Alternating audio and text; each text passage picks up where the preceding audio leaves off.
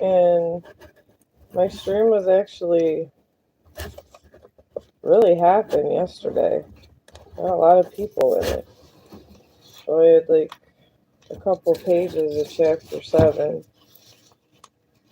So I'm gonna go ahead and start reading and the last couple pages of chapter 7 and then move on to chapter 8. Meadow Correctional Facility to await the end of the war. Some believe his initial contribution of $25,000 has helped elect Thomas Dewey as governor of New York. Almost immediately, Lucinio arranges a network of informants and spies to monitor all suspicious activities on the war front. Even bartenders and hatch check girls are entitled to eavesdrop on suspicious conversation. The result is no further acts of sabotage in New York for the remainder of the war. Simultaneously, longshoremen of Sicilian heritage are ordered to provide names and details that could be of use of the Allies. On August 17, 1943, 5 weeks after the first amphibious landings, the Allies drive the German and Italian defenders from Sicily. Almost 3.5 years later, January 3rd, 1946, New York Governor Thomas Dewey commutes the sentence of Lucky Lucinio to time already served. Lucky Lucinio reads the headline in the New York Daily News Mirror. On a windy, bitterly cold 5 weeks afterward, Lucinio boards the SS Laura Keene, an aging cargo ship bound for Genoa, Italy. Lucky Lucinio's act on America soil is paying the remainder of his bribe to Thomas Dewey. We did pay it, Lucille will later recall, of the $65,000 still owed. The Dewey campaign is part of the deal. In cash and small bits. The minute I set foot on the boat that was going to take me to Italy. The early release is highly controversial and damaging to the governor as well as the Navy. Both sides immediately seek to downplay the gangsters' role in the war effort. Subsequently, an 8-month investigation is launched into the Lucinio affair. In a confidential 1954 report commissioned by Thomas Dewey himself in order to clarify the early release of Lucinio,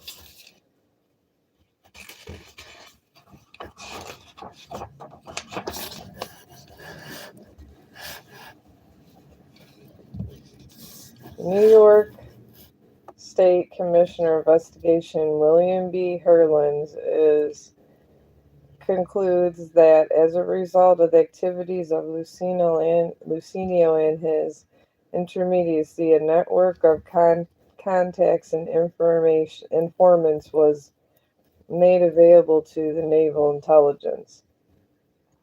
They perform such services as obtaining information about and reporting suspicious activities on the waterfront, keeping an eye out for sabotage and espionage, obtaining Union books and Union cards so that naval intelligence agents could be placed in hotels, restaurants, bars, grills, piers, docks, tracks, factories, and elsewhere.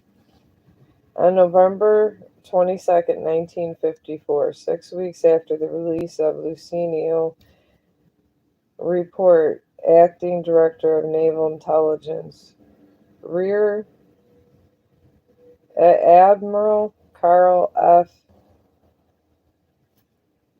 Espy requires that the 2,984-page document be withheld from the public. In doing so, he acknowledges the findings that are merely documented and through. The report will not see the light of day for 23 years. Lucky Lucenio is free. No sooner does that Laura Keene drop him in Genoa that this mobster makes plans to consolidate his personal power in the underworld. But New York is too hot, and he faces a certain return to prison should he go back to the United States. Thus, Lucenio decides to get close to America as he can without actually setting foot on U.S. soil. The time is Christmas 1946. The location is the Hotel National in Havana, Cuba, 90 miles away from Florida. The entertainer singing in the showroom is named Frank Sinatra. But the real star is Lucky Lucenio, who now brings together America's most lethal crime families to discuss a new way of doing business over the next few days. Organized crime will play a stealth war to gain power in America and all over the world. Lucky Lucenio's corrupt dream is about to come true, and he knows it. Lucky Lucenio wants total control. More than 20 of the most powerful men in organized crime have been summoned to this island paradise. In 10 months since Lucenio was released from prison in New York, he has established a presence in Italy and is now moving to consolidate his underworld power. Each gangster present has already given Lucille a thick envelope filled with cash to show respect. It is money Lucille will use to buy an ownership stake at the Hotel National and steady waterfront casino and hotel in which the gangsters now gather. His ownership in the hotel will allow him to make a new home in Cuba.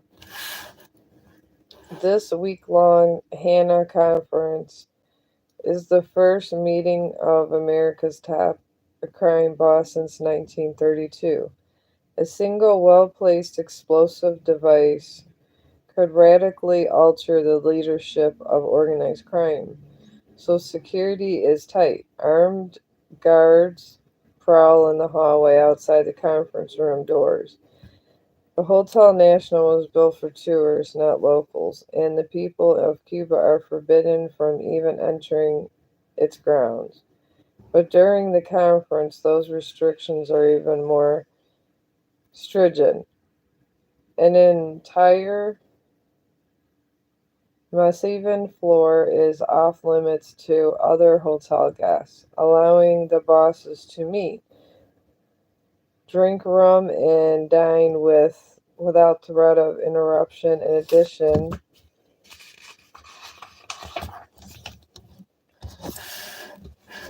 the top 4 floors of this 6-story establishment are allocated for the gangsters and their subordinates. The Hannah Conference is top secret, and decades later, the actual number of attendants will still be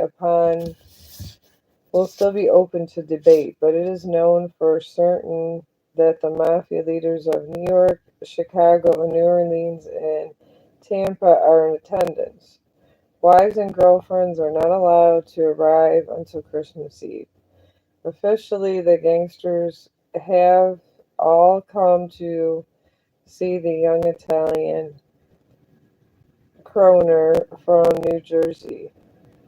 Frank Sinatra performs downstairs in the showroom. Lucky Lucille finds himself personally funding funded Sinatra's rise to celebrity. The young singer's ancestors lived in the same Sicilian town in which Lucille was born, and Lucky is eager to meet the thin 31-year-old singer for the first time. The powerful Lucinio sits at the head of the highly polished wooden conference table. Despite the topical setting, he wears a dark suit and tie. Lucinio is hardly an anonymous figure in Havana, but now goes by his given name Salvatone, which, in order to help maintain a low profile, each man in this meeting has specific orders not to call him Charles or Lucky. Lucinio is now 49, but remains trim, powerful, with a full head of black wavy hair. Ideally, Havana Conference would have taken place in New York, but Lucille is forbidden to enter the United States. The gangster believes that the stipulation is temporary and will be just a matter of time before he can arrange a bribe with New York Governor Thomas Dewey to make possible his return. Lucinio knows that the ambitious Dewey is planning to run again for president, having been beaten by Franklin Roosevelt in 1944. A hefty contribution to the governor's campaign fund should be enough to get him back into America. Until then, Lucinio must be patient, conducting his business in places like Cuba without interference from the FBI or Internal Revenue Service. The mafia is always welcome on this island, and where the mafia is welcome, it soon finds a way to make money. Sugar is Cuba's main product, but Havana is also home to hundreds of brothels, making the sex trade a source of mob income. Cubans are also so fond of narcotics that one local writer has noted that as consumer nation of hard drugs, Cuba occupies first place. So far, the mafia has not entered the business of drug trafficking, but it is just a matter of time before it does so. The gangsters know the Cuban people do not have much money. Their real source of income comes from Americas. U.S. citizens view Cuba as the island of prostitutes, cigars, abortions, resort life, and pornographic movies, in the words of one journalist. Prominent American playwright Arthur Miller describes Cuba as hopelessly corrupt, a mafia playground, a bordello for Americans and other foreigners. Americans flocked to Cuba during the Prohibition, eager to enjoy the mojo and Cuba Libre rum cocktails, especially created for U.S. tours by Havana bartenders. But Prohibition ended more than a decade ago, and the mafia knows that prostitution and drugs are not enough to consistently lure America back. The future is resort casino gambling. Done properly, gambling is lucrative, consistent, and more glamorous than the sordid pursuits of prostitution and drugs. And unlike in America, gambling is illegal in Cuba. The Cuban government will certainly welcome the steady stream of Americans bringing with them money and loose morals that lubricate the island's tourist economy. Cuba is currently run by Ramon Guerrero San Martin, who entered office in 1944. His predecessor, Fulgencio Bastida, considered by many to be a gangster himself, looted the national security just before stepping down. This puts the San Martin regime in an unlikely position of needing unconventional sources of revenue to fund the economy. The mafia is happy to oblige.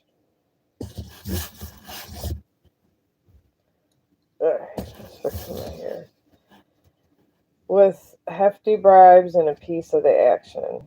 At the time of his election, President San Martin, viewed as an idealist savior, chosen the effect of moral liberation of our youth. But his 2 years in office has shown the president to be only slightly less corrupt than the nameless Batista. The Cuban president well knows that allowing gangsters to meet freely in Havana could one day lead to a lucrative partnership between the island nation and the mafia. As the gangsters settle into their seats around the long table, Lucky Lucinio smokes a cigarette. Seated just 6 feet away from him, the one man standing in the way of Lucinio, named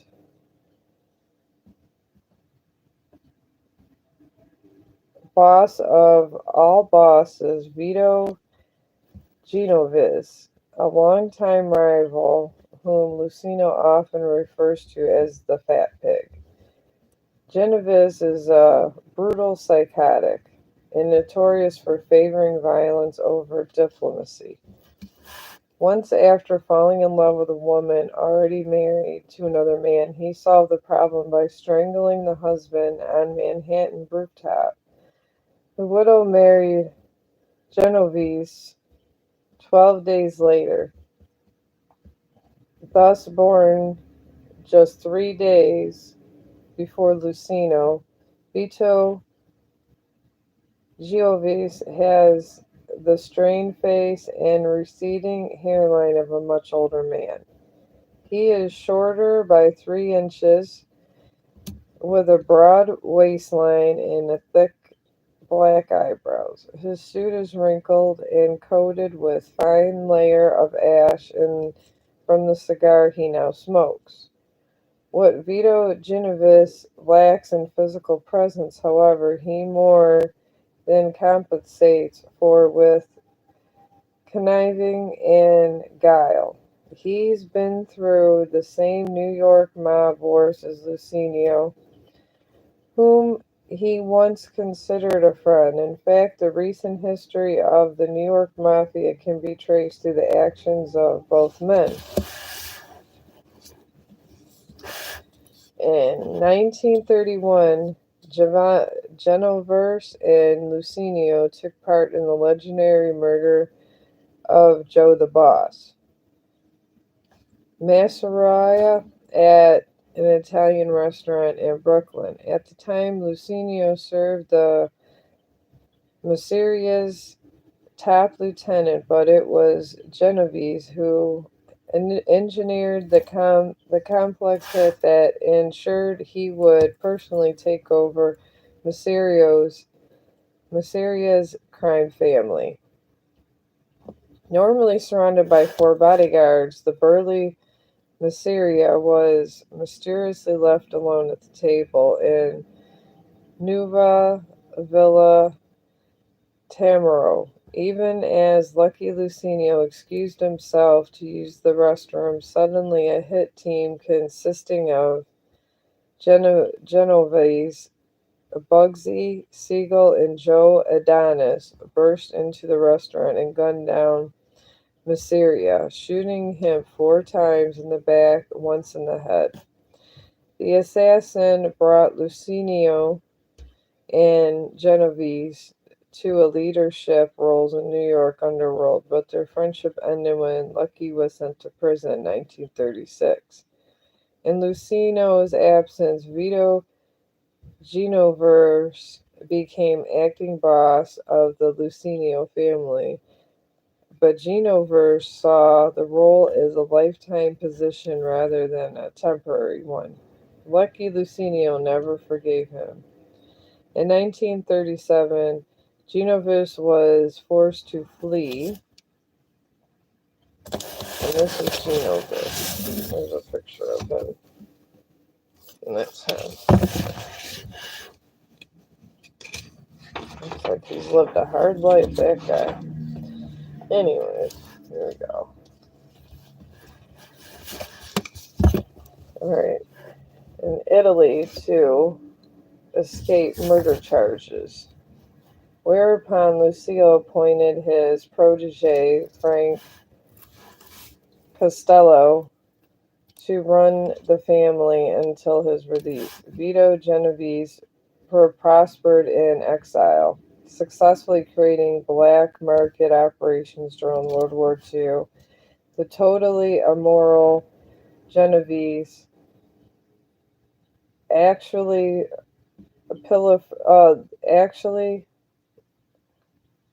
what is this word? Pilfered money and goods from British and American forces and then funded them into Nazi Germany. After the Allies took control of the Italian mainland, Genovese was appointed the liaison officer at the U.S. Army headquarters in Naples. To move so emboldened Genovese that he returned to America once the war ended to face the 1937 murder charges. Things worked out for Vito. The 2 leading witnesses were found murdered before they could testify. The case was dismissed. Yesterday, for the first time in 10 years, Lucille and Genovese met face to face in Lucky's villa, a couple of blocks from Hotel National. You have been away a long time, Genovese said after lunch. You don't realize how much things are changing. You've been away a long time too, Vito. What are you getting at? I think you ought to quit. I mean, retire. Genovese proposes he has come to Havana to retake control, confident in the secret knowledge that his rival will never be allowed to return to the United States and that all power eventually will be his and his alone. Lucinio fumes. Right now you work for me, and I ain't in no mood to retire. Don't you ever let me hear this again, or I'll lose my temper. Genovese knows better than to force the issue. He remained silent. Moments later, he asked for a lift back to the hotel. I had a car with a driver, and I sent him back. Lucille will recall. Naturally, I realized he went away unhappily, but I didn't give a fuck. I knew they were all enough guys on my side to keep him in line. So, all that fat little bastard could do was dream. I'll tell you one thing, though. It wasn't easy to keep my hands off that fat throat. He'll never know how close he came to it. Lucky Lucinio opens the Havana conference with a few jokes and words of greeting. He alludes to the fact that there had not been a boss of all bosses in the American Mafia for more than 15 years. The job was once was his for the taking. He reminds those in attendance, but in the name of more than united mafia family, he has long chosen not to accept the title. Times have changed with the war now over and the days of prohibition and bottlenegging gone. The Costa Nostra, as the alliance of the mafia families is also known, needs a single leader to guide its business. The members listen quietly, allowing Luciano to his say. The selection of a boss of all bosses and the decision about whether or not to become more active in narcotics trades are the most important topics of those meetings. To Lucky Luciano's right sits Top Lieutenant, the dapper Frank Costello. He runs the Lucino crime family during Lucky's time in prison, but has no intention of making that a permanent arrangement. Costello has been part of organized crime his entire life, working not just with Italian families, but with Jewish and Irish mobs. In addition to being handy with a gun, he has also watched closely with organized crime syndicates in New York, New Orleans, and Los Angeles on a number of illegal ventures focused around gambling, slot machines, and horse racing. Costello's decade as head of Lucino crime family during Lucky's imprisonment was a line of prosperity. He was a popular leader, but Costello is not reluctant to, in the slightest, to hand the reins of the family back to his boss. The Italian born Francesco is utterly loyal to Lucky Luciano. He is more content to bear the trusted title of consigliere, that of counselor and advisor. To Lucio's left sits Meyer Lansky, the 34-year-old Russian-born Jewish mobster who has shown loyalty to Luciano throughout his many years in prison. It was Lucky who arranged Havana conference, who dictates the business agenda. Based in Miami and known as the Little Man, the mob's accountant, the 5 foot tall Lansky, is the brains behind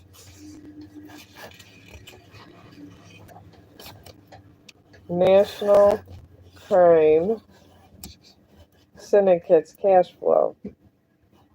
His specialty is managing and gambling operations, both legal and illegal, which have become such a huge source of revenue. Lansky has a particular fascination with Cuba. He has not only enjoys the island's lifestyle and climate, but is intent on bringing a different sort of casino gambling to the island. Currently, gambling in Cuba offers relies on a sleight of hand by the dealer. Lansky knows that the casual tourist might put their money down for such trickery, but his big money gamblers who put thousands of dollars in a simple bet will stay away. The players are looking for an honest game. Once mafia casinos are built, the mobster envisions a school here. Let me move this back up a little. There we go.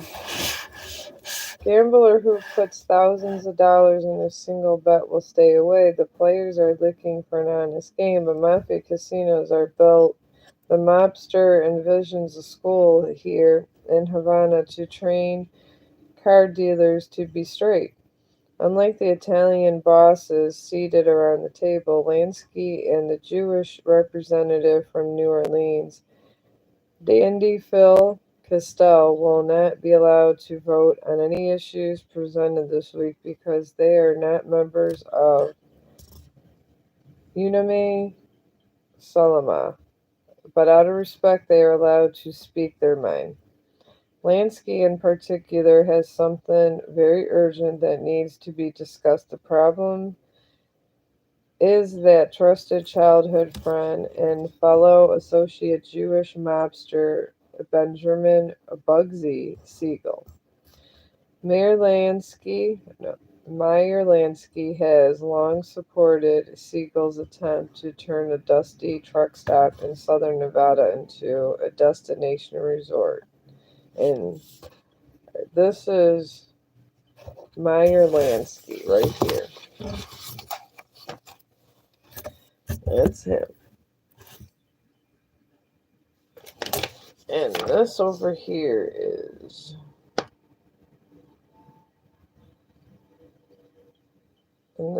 Benjamin Siegel right over here. Alright, I'm just gonna get this here. And that's him. These are not guys you want to mess with. Alright. Alright. And it says Nevada formerly legalized gambling in 1931. A budgetary remedy against financial hardships of the Great Depression. Other states have forms of legalized betting, such as horse races and even bingo, but Nevada's decision to allow statewide gambling makes it the only state to mimic Cuba in its embrace of casinos. Thus far, Nevada has not seen enormous returns on this law due to its remote desert location, but the growth of air travel means potential gamblers no longer have to drive for days to roll the dice. That has caught the attention of Meyer Lansky. Las Vegas, as Bugay Siegel's proposed gambling mecca is now known, is close to Los Angeles and accessible to a glamorous Hollywood crowd. Using money borrowed from the mafia, Siegel is building a new resort casino known as the Flamingo. Their guests will be treated to the very best in entertainment and luxury at rock-bottom prices, knowing that gambling revenue will drive the profit margin. But Siegel has managed the construction poorly, and the mob's patience is being tested.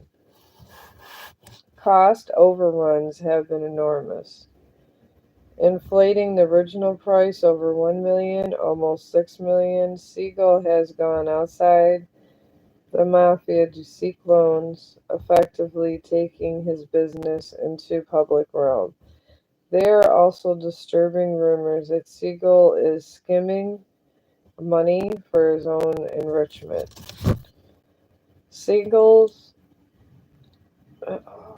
mistress, Virginia Hill, has been seen flying to Switzerland to deposit enormous sums in the bank accounts. She has also recently leased a Swiss apartment, leading some to speculate that Hill and Siegel are scheming to flee to America.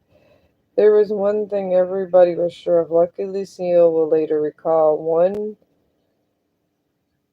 on them last night that Bugsy spent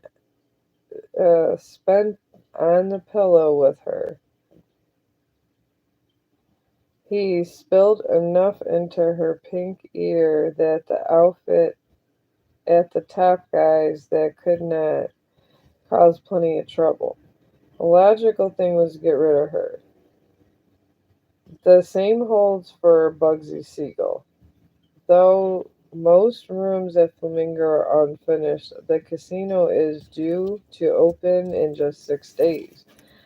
The mafia is growing impatient for return on its investments, and through the day after Christmas is considered the worst possible time to open a new hotel or restaurant. Bugsy Siegel is eager to prove his brainchild a success.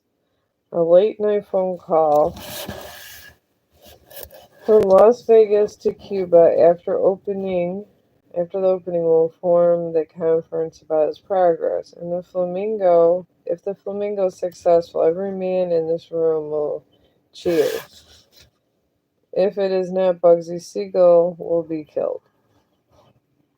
Next to Meyer Lansky sits Giope Antonio Dado, aka Joni Adonis. The seating chair is a display of power, remaining all in the room that Adonis is yet another intensely loyal follower of Lucky Lucino in their teenage years. Lucinio, Bugsy Siegel, Mayor Lamsky, and Adonis can run their bottle-legging operation in Brooklyn like Lucinio and Al Capone. Adonis once worked for his mother, Frankie Gale. After Gale was assassinated in 1928, it was Adonis who took over the dead man's operation.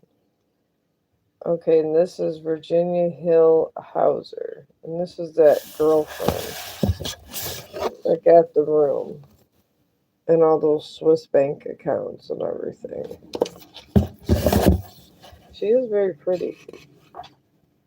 I can see why he was with her. Alright. Vain and fixated by mirrors, Adonis once offered the chance to murder Lucky Lucinio by a rival gang. Instead, he wanted his boss above the hit. That display of loyalty has never been forgotten. The last of high-level mobsters continues down to the length of the meeting room table. Joe Bonanno, Tommy Luce of New York, the up-and-coming 37-year-old Sam Giaconta from Chicago, Carlos Marcello from New Orleans, Santo Trafficani from Tampa, and many others. But all eyes are on Lucky Lucinio and Vito Genovese, who is seated next to Joey Adonis. Charlie, pardon me if I interrupt, says Hitman, alleged sabotager of SS Normandy, Albert Anastasia. As Lucinio is about to conclude his opening remarks, a trigger-happy mobster sits directly across from Vito Genovese. A man wants him dead. Genovese has quietly been sounding out other mob leaders about a hit on Anastasia. But Mad Albert is unafraid and now takes it upon himself to crown Lucinio the boss of all bosses. I want to say this in front before the meeting goes any further. For me, you are the big boss, whether you like it or not. That's the way I look at it. I would rather hear from anyone who doesn't feel the same way. Anastasia glares at Genovese, daring him to claim the top spot. Silence fills the room. Lucinio speaks up. When I was in Italy, I heard about the trouble between Vito and Albert. I also heard some news that other guys who was trying to move in. The gangster then continues to speak for another hour, reminding everyone that their greatest enemy is jealousy. In our kind of business, there's so much money to be made that nobody has the right to be jealous of anyone else. As planned, Lucio veers from the rivalry, instead focus on the mafia's future. Under his control, many in this room are in favor of adding narcotics trafficking as a newcomer revenue source. Foremost among them is Vito Genovese, who has argued vigorously for mafia business expansion in drugs, heroin, for instance. It is a much easier transport and has a much higher profit margin than alcohol. The mafia once smuggled during Prohibition. Another advantage to hard drugs is they can be used to enslave and blackmail people. But Lucinio adamantly opposed to narcotics traffic. It has been become clear to me there was much dough to be made in everything. Okay, and here is hang on.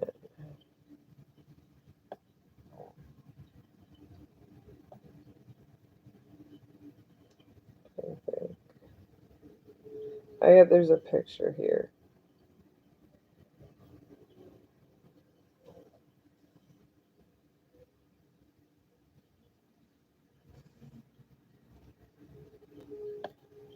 I can't pronounce any names, but in Cuba, this is a picture when they obtained these guys.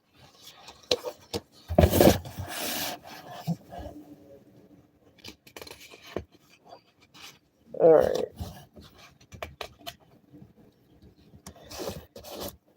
Alright, and now, hang on here.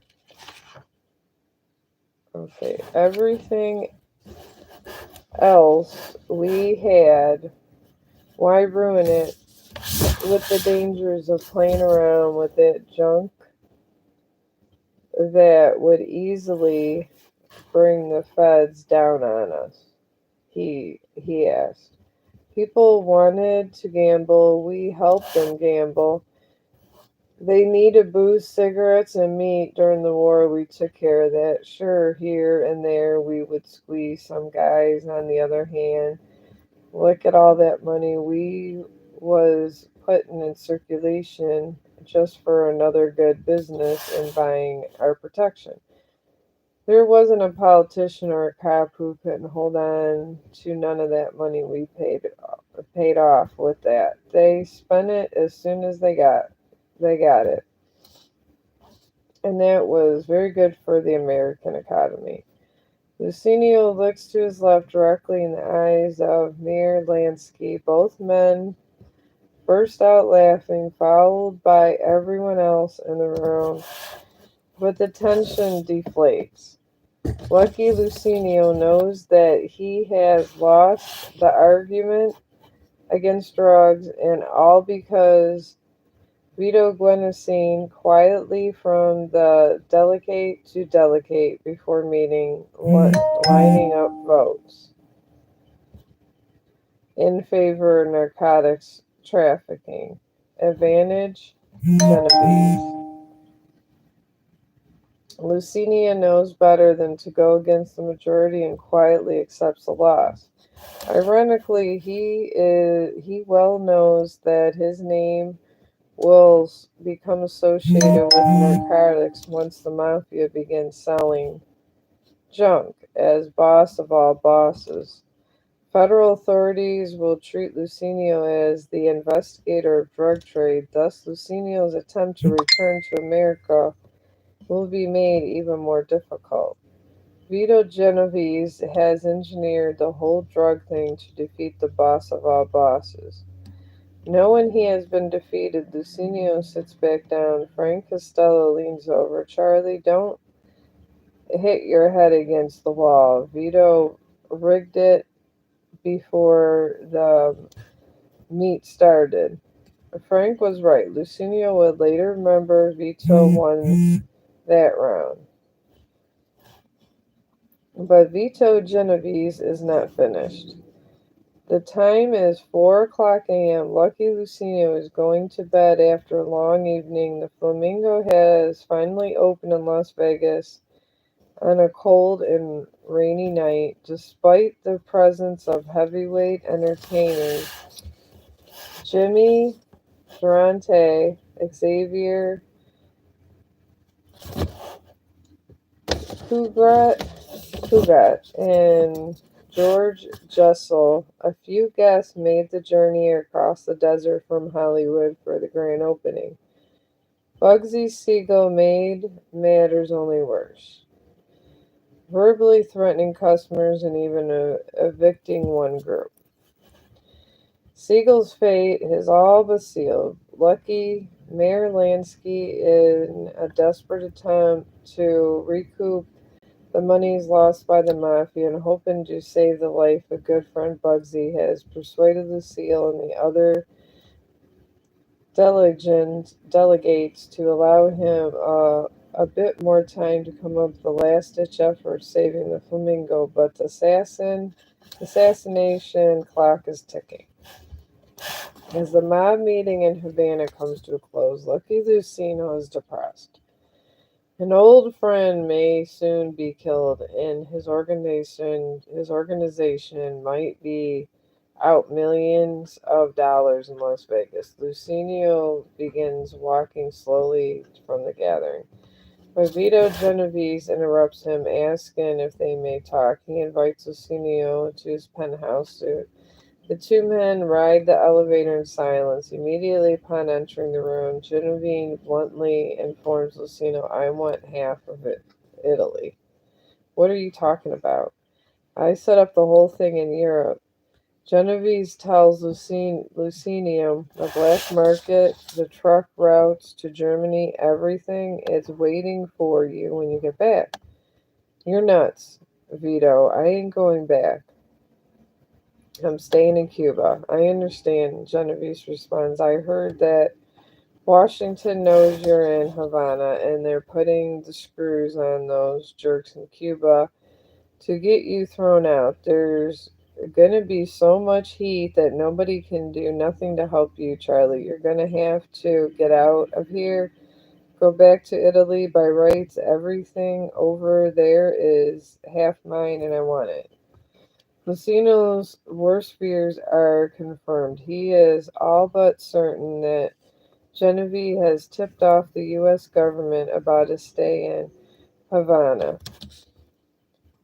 The dirty cock was trying to take me, Lucinio will remember. Vito figured he could muscle me out and finally get the last step up the ladder and be the boss of all bosses. Boss of bosses. Almost done. Doing pretty good. Lucinio has a personal code of nonviolence towards other members of the family, such as honor violation could lead to a big hit being called on him. But luckily, Lucinio can't help himself. He now breaks his own rules. I done something I never done before, Lucinio recalled. I pushed him up against the wall and beat the living daylights out of him. He was a tough little prick. But I was bigger and a hell of a lot tougher. Besides, I was damn mad and I started to knock him around the room like he was a rubber ball. I didn't hit him in the face. I didn't want to mark him up. I just belted him in the guts and kidneys. And when he fell down, I just started to kick him in the belly. Every shot I took with my fist and foot, I told him he was only a shit and a son of a bitch and a dirty, rotten Napoleon louse. Even worse, he was a fink American who turned on his own country like a fucking traitor.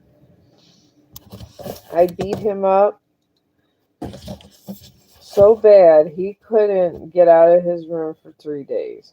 Vito Genovese was diagnosed with 3 broken ribs and a fractured left arm. Under penalty of death, the hotel doctor had ordered Lucino to say that Genovese slipped into the shower.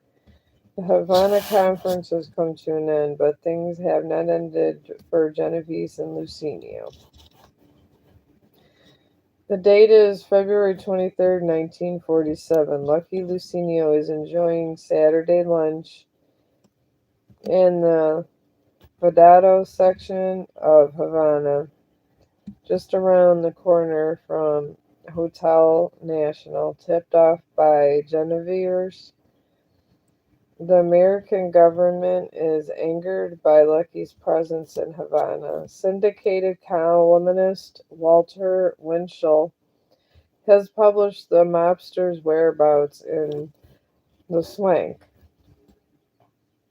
Havana suburb of Miramar, leading to magazines like Time and Newsweek published their own stories about the famous gangster. Soon the United States demands that Lucino be deported from Cuba. However, Cuban government ignores the command. Benito Jurado, the head of Cuban secret police, argues in favor of the island's sovereignty and refuses to arrest Lucinio. Alfredo Pecuello, the Cuban Minister of Interior, even formally reminded the American ambassador in Havana that Lucino is not currently doing anything illegal. Oh my God. Okay. But Lucky is nervous. Unable to forget his recent confrontation with Vito Genovese, I couldn't shake that feeling I had about Vino blowing the whole whistle in Washington. He will later recall. Lucky Lucino's feeling is correct. It has been 2 months since Havana Convention. Since an decision to enter the world of narcotics, Mafia has moved quickly to import more heroin than any other hand drugs in the United States. The director of Bureau of Narcotics, Harry Ansler, believes Lucinio's presence in Havana is the reason for the drug flow. The 54-year-old law enforcement official has held his job since 1930, and he has waged a furious war on alcohol and cannabis, both seen as society evils. Now he turns his focus to heroin, but Ashlander does not pursue suspects in equal basis. He is openly racist, believing that drugs wrongfully encourage relations between blacks and whites. Even worse, it encourages racial parity. Reefer makes darkies think they're good as white men, he has written. Ashlinger also believes jazz musicians reek of filth and has arrested prominent stars like Louis Armstrong and Billie Holiday for alleged drug use. Knowing these bursts increase the prominence of his bureau, which competes with J. Edgar Hoover of the FBI prodigy. Like Hoover, the heavyset Anslinger has enjoyed close relationships with several presidents, allowing him to pursue a highly personal law enforcement agenda. Director Anslinger disdain for jazz musicians and minorities is slowly matched by his hatred for Italians and the Mafia, in particular for Lucky Lucinio. Lucky, and Anslinger will tell True Magazine, is the largest single figure in the traffic of this drug contraband in America today. In fact, Anslinger is obsessed with Lucky Lucinio. Seeing the mobster as the most high-profile suspect in his bureau's history, Anslinger is also consumed by Lucinio that he will soon write a book about the boss, and he titles the unpublished work. So, despite Cuba's protection of the mobster, Anslinger refuses to back down. He meets potentially with President Harry Truman, starting the flow of drugs from Havana to the United States, and has profoundly increased the last 2 months. Become of Lucky Luciano's Truman gives Anslin the approval to do whatever necessary so that Lucky Luciano from Cuba. The response is an embargo of all medicines from America. This means a patient in Havana hospitals will suffer and die. The Cuban government postures announcing publicly that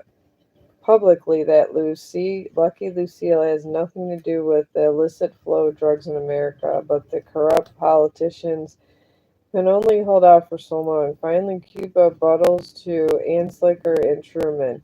Cuban secret police arrest the gangster for drug trafficking. He is deported back to Italy, where he's thrown into prison upon landing in Genoa. Eventually, he is released, but Lucky Lucille will never again be a force in organized crime. Yet, Vito Gervais is still not the boss. It is Frank Costello who once again takes control of the Lucille crime family. Being Mufascio is a life commitment, so Genovese is content to bide his time, awaiting the moment to strike, and when that moment comes, it will be vicious. Wow. That is chapter 8. This is getting very juicy, and I'm in the middle of doing my laundry, so I'm going to go ahead and put another load in, and then I'm going to do chapter 9 since I'm on a roll here. And I will be back.